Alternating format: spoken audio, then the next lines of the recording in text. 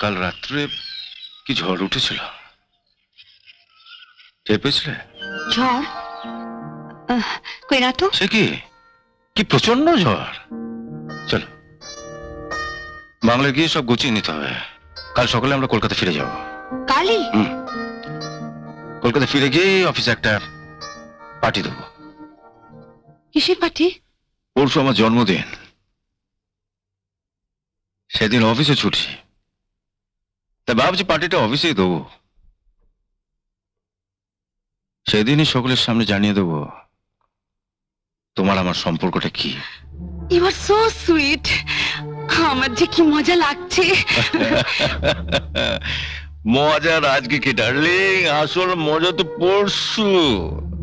হ্যাঁ, তবে হ্যাঁ, আমি অ্যানাউন্স করার আগে তুমি অফিস স্টাফদের জানিয়ে দেবে অলোকের সঙ্গে তোমার কোনো সম্পর্ক নেই।